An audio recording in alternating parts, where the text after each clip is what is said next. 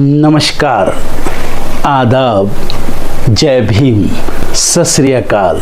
मैं हूँ माजिद सिद्दीकी और आप देख रहे हैं फोकस हिंदुस्तान न्यूज़ चैनल। आज की ख़ास खबरें सब्सक्राइब करें, लाइक करें, शेयर करें। फिर आऊँगा एक ताज़ा खबर को लेकर माजिद सिद्दीकी।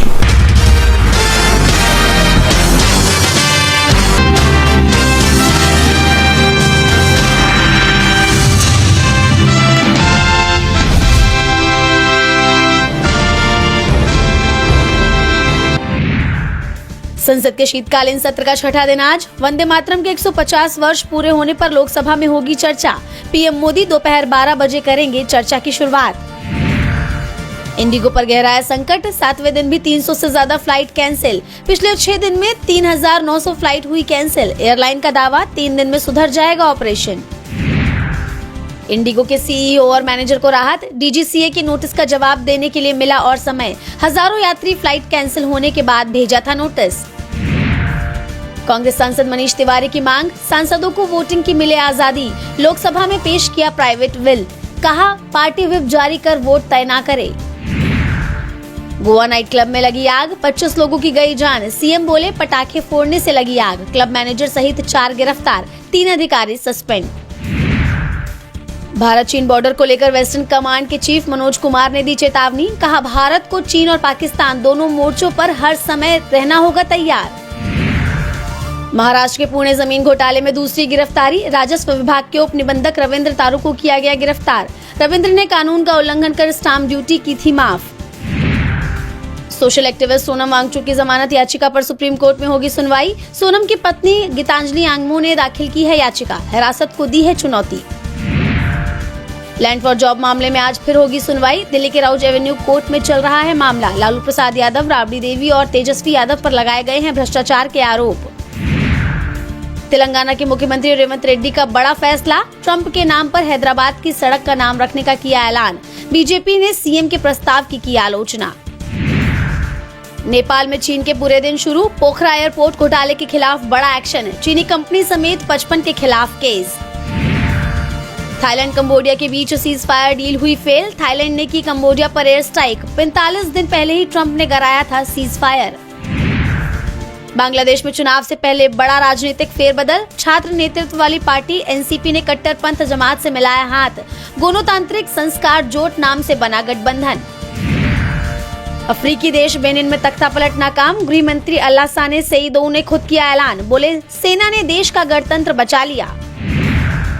जेलेंस्की का हुक्का पानी बंद कर सकता है अमेरिका। जेलेंस्की को डोनाल्ड ट्रंप के बेटे ने कहा भ्रष्टाचारी। पीस प्लान न पढ़ने पर भड़के राष्ट्रपति। कार सेफ्टी के लिए बढ़ी समग्र बीमा की मांग, सिर्फ थर्ड पार्टी कवर से आधी सुरक्षा, जोखिम बना भारी।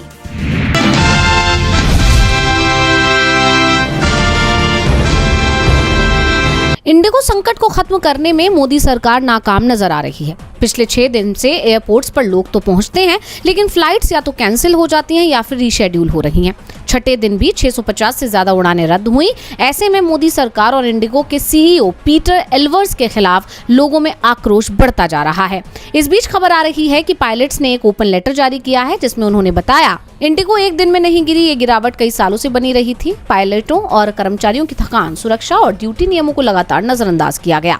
समय के साथ एयरलाइन में एक ऐसा टॉक्सिक वर्क कल्चर विकसित हुआ जिसमें टैलेंट से ज्यादा टाइटल और पदों की चमक को महत्व दिया गया। पायलटों ने सीईओ एल्वर्स समेत कई शीर्ष अधिकारियों पर एयरलाइन को डूबने की कगार पर पहुंचाने का आरोप लगाया। वैसे तो सरकार की तरफ से कंपनी के सीईओ एल्वर्स के खिलाफ कारण बताओ नोटिस जारी किया गया है। उन्हें 24 घंटे में बताना होगा कि कंपनी पर एक्शन क्यों न लिया जाए। जवाब न देने पर डीजीसीए एक तरफा फैसला ले सकेगा। डीजीसीए ने बाकी एयरलाइंस के बढ़ते किराए पर रोक लगाई, हवाई किराया फिक्स किया, लेकिन जिस वजह से ये गड़बड़ी शुरू हुई उसे नजरअंदाज तो नहीं किया जा सकता। सरकार ने जिन FTDL नियमों को वापस लिया है वो कहीं ना कहीं इस पूरी प्रक्रिया को बेहतर बनाने के लिए बनाए गए थे।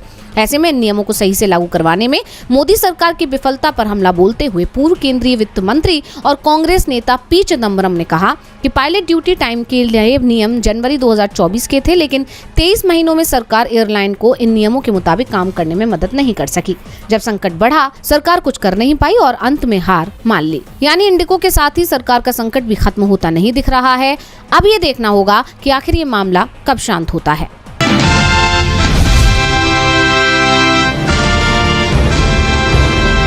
सुप्रीम कोर्ट के पूर्व जस्टिस अभय एस ओका के हालिया बयान ने राजनीतिक गलियारों में नई चर्चा छेड़ दी है। उनके इस बयान को सीधे मोदी सरकार और बीजेपी से जोड़कर देखा जा रहा है। जस्टिस ओका ने बिना नाम लिए कहा कि भारत का संविधान कहता है कि हर एक नागरिक को वैज्ञानिक सोच विकसित करना चाहिए, लेकिन इस देश में आज भी राजनीतिक दल और नेता धर्मों को खुश करने में लगे हैं।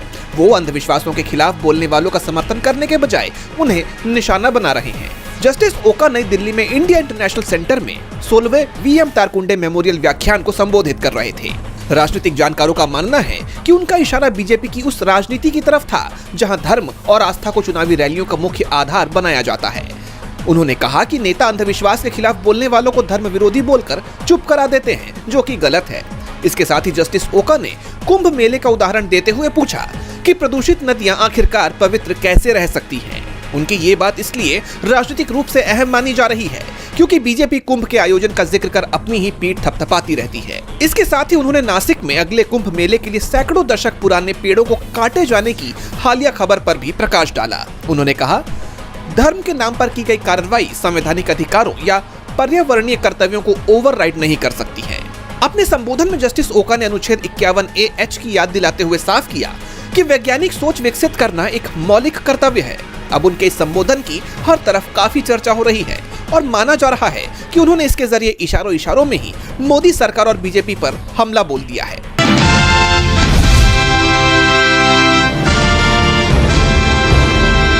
गोवा के अरपोरा इलाके में स्थित night club Birch by Romeo Lane में बीती रात लगी आग ने पूरे देश में हड़कंप मचा दिया है। इस घटना में अब तक 25 लोगों की जान जा चुकी है और 6 लोग घायल बताए जा रहे हैं, जिनका इलाज चल रहा है। आग कैसे लगी, इसका खुलासा अब तक नहीं हो पाया है। पहले कहा जा रहा था कि किचन में ब्लास्ट से आग भड़क गई।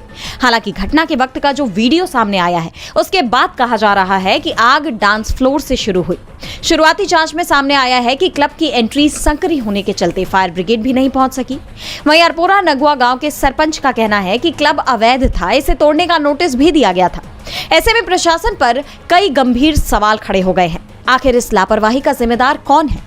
राष्ट्रपति मुर्मू, पीएम मोदी, नेता विपक्ष राहुल गांधी, गोवा के सीएम प्रमोद सावंत समेत तमाम नेताओं ने इस घटना पर शोक जताया। राहुल गांधी ने जोर देकर कहा कि ये सिर्फ एक दुर्घटना नहीं है, बल्कि सुरक्षा और प्रशासन की एक आपराधिक विफलता है। एक गहन पारदर्शी जांच से जवाबदेही तय होनी चाहिए और ये सुनिश्चित होना चाहिए कि ऐसी रोकी जा सकने वाली त्रासदियां दोबारा ना हो। वहीं गोवा प्रदेश कांग्रेस कमेटी के अध्यक्ष अमित पाटकर ने कहा कि क्लब को डिमोलिशन के आदेश थे, फिर भी क्लब कैसे चल रहा था, ये बड़ा सवाल है।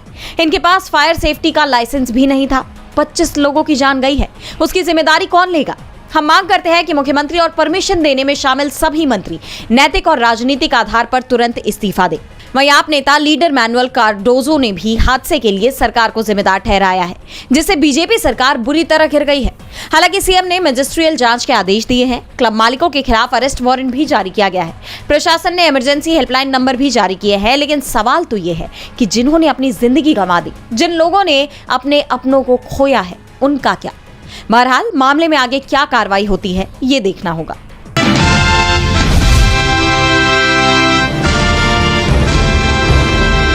मुंबई नगर निगम चुनावों की सुगबुगाहट के बीच जारी हुई ड्राफ्ट लिस्ट ने महाराष्ट्र की सियासत में भूचाल ला दिया है।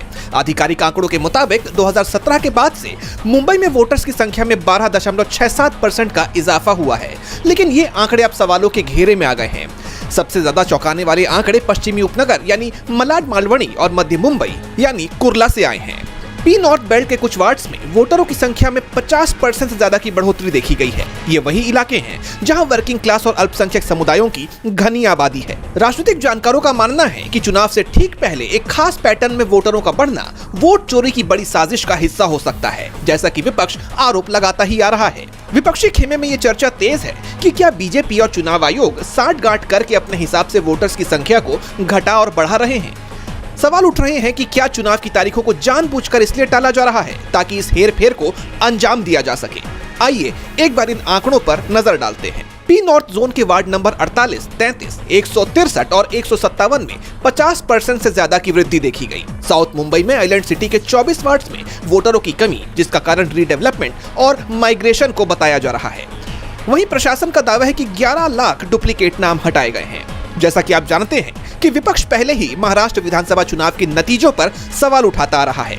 खुद कांग्रेस सांसद राहुल गांधी अपनी प्रेस कॉन्फ्रेंस में चुनाव प्रक्रिया और डेटा की विश्वसनीयता पर गंभीर खुलासे कर चुके हैं। ऐसे में बीएमसी की इस ड्राफ्ट लिस्ट ने इस शक को और गहरा करने का काम किया है। इन सब के बीच इन आंकड़ों ने बीएमसी चुनाव की निष्पक्षता पर एक नई बहस छेड़ दी है।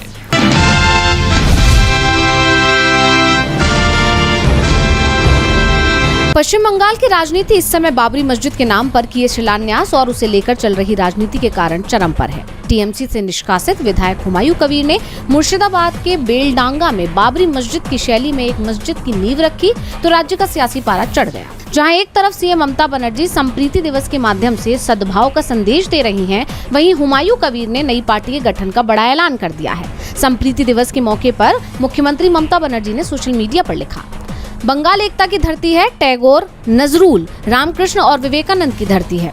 ये मिट्टी कभी भी विभाजनकारी ताकतों के सामने नहीं झुकी है और ना कभी झुकेगी। राज्य में हिंदू, मुस्लिम, सिख, ईसाई, जैन और बौद्ध हमेशा कंधे से कंधा मिलाकर रहे हैं। हम अपनी खुशियां साझा करते हैं क्योंकि हमारा मानना है कि धर्म व्यक्तिगत है, लेकिन त्योहार सभी के लिए है। सांप्रदायिक नफरत की आग भड़काने और देश को नष्ट करने वालों के खिलाफ हमारी लड़ाई जारी रहेगी। आइए हम सब शांति और सद्भाव बनाए रखें। मुख्यमंत्री का ये संदेश ऐसे समय में आया है जब उनकी पार्टी के पूर्व सहयोगी हुमायूं कबीर ने उन्हें खुली चुनौती दी है। कबीर ने कहा कि पिक्चर अभी बाकी है और दावा किया 22 दिसंबर को अपनी नई पार्टी के गठन का ऐलान करेंगे। उन्होंने साफ किया कि वो राज्य की 294 विधानसभा सीटों में से 135 अल्पसंख्यक बहुल सीटों पर अपने उम्मीदवार उतारेंगे। कबीर ने ये भी खुलासा किया कि उनकी बातचीत असदुद्दीन ओवैसी की पार्टी AIMIM से हो चुकी है और वो मिलकर चुनाव लड़ेंगे। लेकिन सवाल ये उठ रहे हैं कि हुमायूं कबीर पहले भी टीएमसी से अलग होकर अपनी सियासी हैसियत को देख चुके हैं। 2019 में उन्हें करारी हार मिली थी। बाद में किसी तरह से वो टीएमसी में वापसी करने में कामयाब हो गए थे।